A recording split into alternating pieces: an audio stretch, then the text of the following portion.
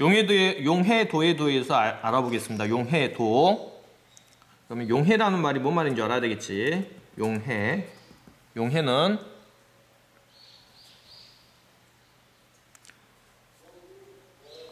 용질이 용매에 녹아서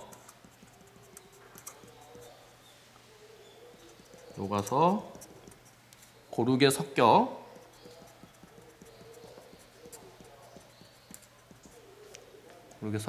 용액이 되는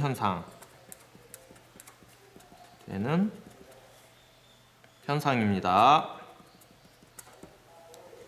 용질이 용매에 녹아서 고르게 섞여 용액이 되는 현상. 이게 해인데 그럼 용질이 뭔지 알아야 되고 용매가 뭔지 알아야 되겠지. 또 용액이 뭔지 알아야 되겠지. 그치? 용질이 용매에 녹는다. 그러면 예를 들어서 설탕하고 설탕물이 있습니다. 예를 들어서 설탕물은 물이 설탕에 녹아 아니면 설탕이 물에 녹아? 설탕이 물에 녹죠. 물에 녹는다. 이 말이 맞지? 물이 설탕에 녹진 않잖아. 설탕이 물에 녹지. 그러면 이 설탕을 뭐라 그러냐면 녹는 물질이라고 해서 물질이라고 해서 이것을 용질이라고 해. 요거를 용질.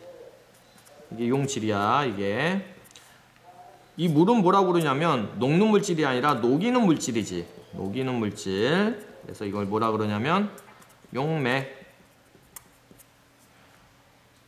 용질은 용매에 녹아요. 반대로 용매는 용질을 녹이겠죠. 용액은 뭐냐면 용액은 이 설탕이 물에 녹아서 고르게 섞여 용액이 되는 현상이에요. 여기 있지? 용액이 되는 현상인데 다시 용액은 뭐냐면은 설탕물을 용액이라고 해요. 쉽게 말하면. 그래서 용액은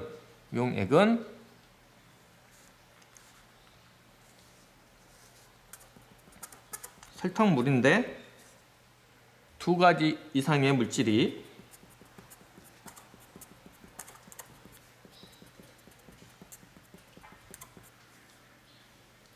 용해에 의해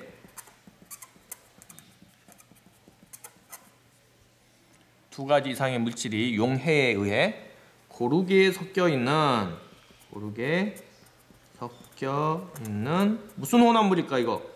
고르게 섞여 있으니까 혼합물 중에 그렇지 균일 혼합물이겠네요. 균일 혼합물.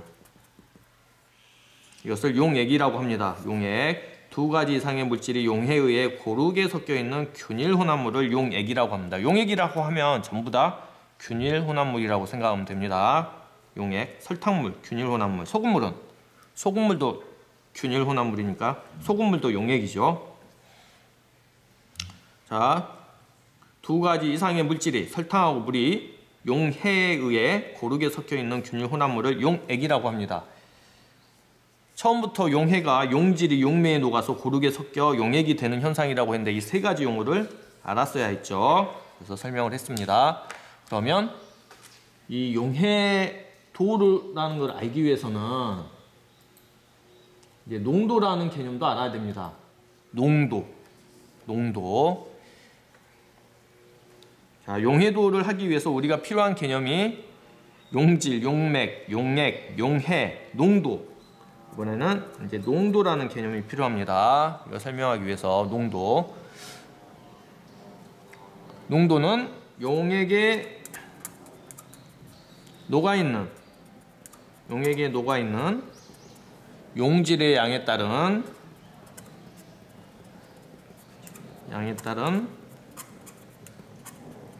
용액의 진한 정도. 핵심어는 이거네요. 용액의 진한 정도. 진하냐 연하냐. 이걸 농도라고 합니다. 그래서 중학교 수준에서는 퍼센트 농도만 사용합니다. 퍼센트 농도라는 걸 뭐라고 하느냐. 이 정의가 참 중요한데 용액 100g이에요. 100g, 1000g이 아니라 용액이에요. 용액 100g에 녹아있는 용질의 질량. 용질의 질량. 그램. 이건 그램입니다. 용액은 뭐하고 뭘로 구성되어 있지? 용매 플러스 용질이지. 용질.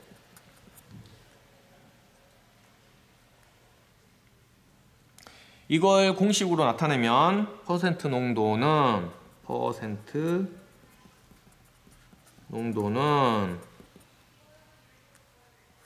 용액의 질량분의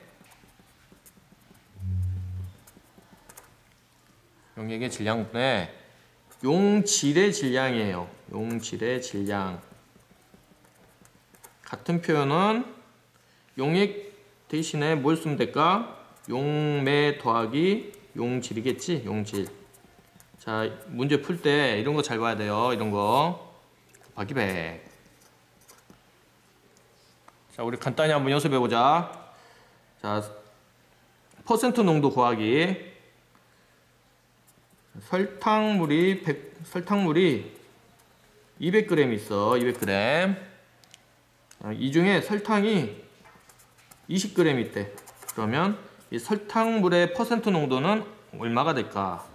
설탕물이 용액이죠. 그래서 200분의 설탕이 용질이지. 20 곱하기 100 하면 약분이 되죠. 몇 퍼센트인가요? 약분 되니까 10이 되겠네요. 그래서 10%가 되겠네요.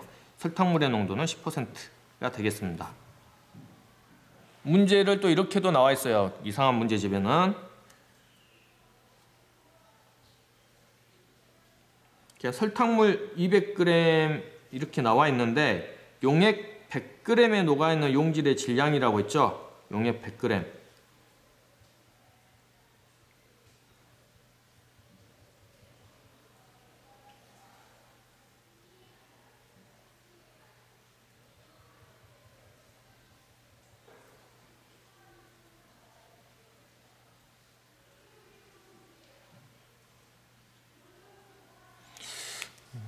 문제를 다음에 한 번 더 풀어보기도 하고요. 그러면 지금부터 용해도에 대해서 이제 알아보겠습니다. 용해도.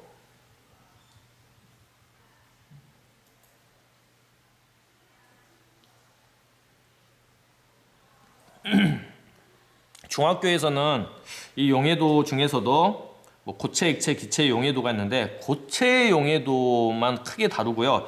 액체나 기체 용해도는 대략적인 개념만 설명하고 넘어갑니다. 고체 용해도. 용해도도 세 가지 물질 상태에 따른 용해도가 있어요.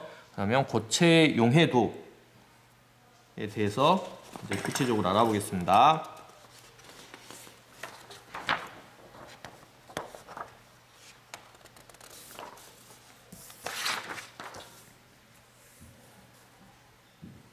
고체 용해도. 자, 이걸 해야지 우리가 용해도가 뭔지 알아요. 고체 용해도. 어떤 온도에서, 온도가 중요합니다. 어떤 온도에서. 대부분 따뜻하면 잘 녹잖아요. 차가우면 잘 안 녹고. 그러니까 온도가 중요한 개념이 됩니다. 이 고체에서는. 용해도.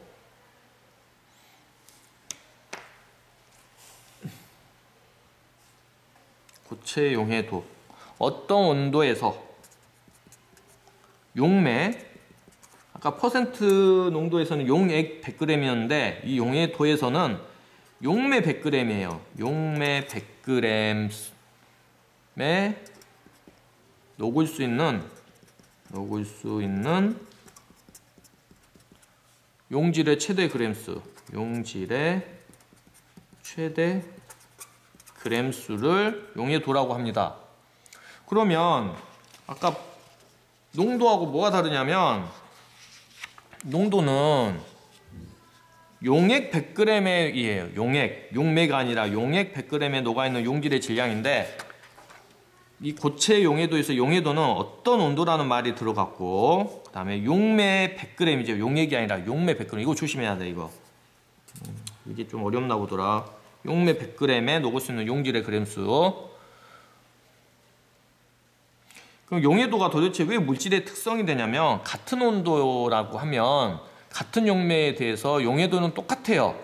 예를 들어서 예를 드는 거예요. 소금물이 40도에서는 100g에 10g이 녹아요. 그러면 이거 그 온도에서 녹으면 그게 다 소금물이에요. 전부 다. 그 온도에서 예를 들어서 100g에 예를 들어서 10g에 녹았다. 그럼 이 물질이 소금이었다 하면 그 물질의 특성이 돼버려요. 이 용해도는 100g에 용매 100g에 용지 10g이 녹으면 이건 소금이다. 하면 그건 소금이에요.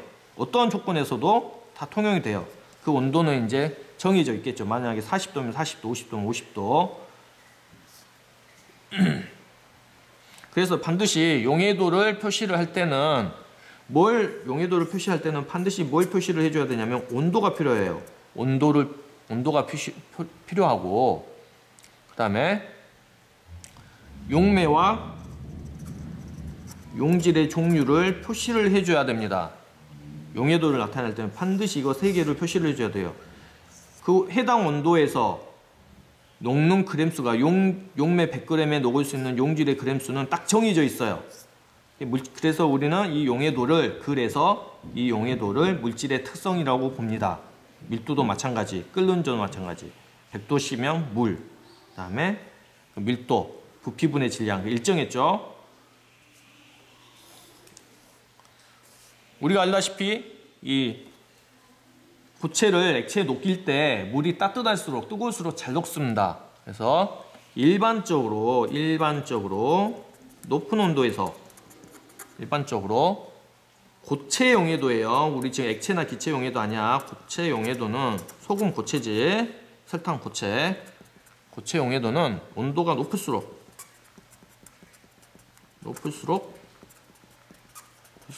증가합니다. 증가한다.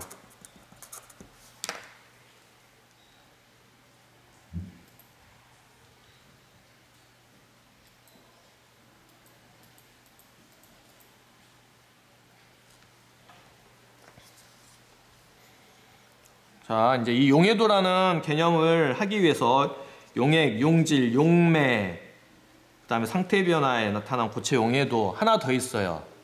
이제 포화라는 말하고 석출이라는 말이 또 필요해요. 포화라는 개념을 알아야 되고요. 그래서 좀 용해도가 어려워요. 포화, 석출이라는 단어를 좀 알아야 됩니다. 포화, 석출. 포화도 이제 세 가지 종류가 있는데요. 포화, 불포화, 과포화라는 말이 있습니다. 불포화, 과포화. 용액에 대해서 하고 있어요. 용액. 자, 그럼 지금부터 이제 포화와 석출에 관한 개념을 정리해야만 우리가 용해도를 이제 본격적으로 구할 수가 있어요. 그러면 포화용액. 포화용액이란 말은요. 포화용액. 더 이상 용질이 녹을 수 없는 용액이에요. 더 이상 용질이 녹을 수 없는 용액. 이렇게 표현을 했네요. 더 이상 배불러서 못 먹어요. 그걸 포화라고 해요. 불포화. 더 먹을 수 있어요. 배고파요. 불포화 용액. 불포화 용액은 용질이 용매에 더 녹을 수 있어요. 용질이 설탕이 물에 더 녹을 수 있어. 용매에 물이 지금 배고파. 더 녹을 수 있는 용액. 이게 불포화 용액입니다. 과포화 용액. 너무 많이 먹어서 토할 것 같아요. 토할 것 같아. 과포화 용액. 너무 많이 먹어서 토할 것 같다고. 더 이상 설탕이 물에 녹을 수가 없어요. 설탕이 그대로 이제 가라앉는 거죠. 안 녹으니까. 포화 용액보다 물이 더 이상 설탕을 먹을 수가 없어. 설탕을 먹을 수가 없으니까 뱉어내는 거죠. 설탕을. 포화 용액보다 용질이 더 녹아있는 용액. 이렇게 풀이하는 개념이 더 어려워요. 여러분들 입장에서는. 그러지 않나요? 쉽게 설명하면 그게 과학일 수도 있겠지만 우리는 이런 표준화된 언어로 설명을 해야지만 사람들이 이제 인정을 해주죠. 그게 문제예요. 그래서 어렵죠, 이런 단어들이. 포화 용액보다 용질이 더 녹아있는 용액. 과포화 용액 이렇게 그냥 설명하면 안 돼? 물이 설탕을 이제 더 이상 많이 먹어서 설탕을 뱉어내는 거. 과포화 용액. 이렇게 이해하는 건, 쉽게 이해하는 건 좋은데 이 용액의 과학 개념으로 표준화된 객관적인 용어로 적는 게 참 어려운 일이죠. 이렇게 해버리면 얼마나 이해하겠어요? 중학교 2학년 수준에서 여러분들이 이해하는 학생들도 있어요. 분명 이 중에. 다시 쉽게 설명하면 포화는 이제 배가 불러, 이제 다 먹었어요. 목구멍까지 다 찼어요.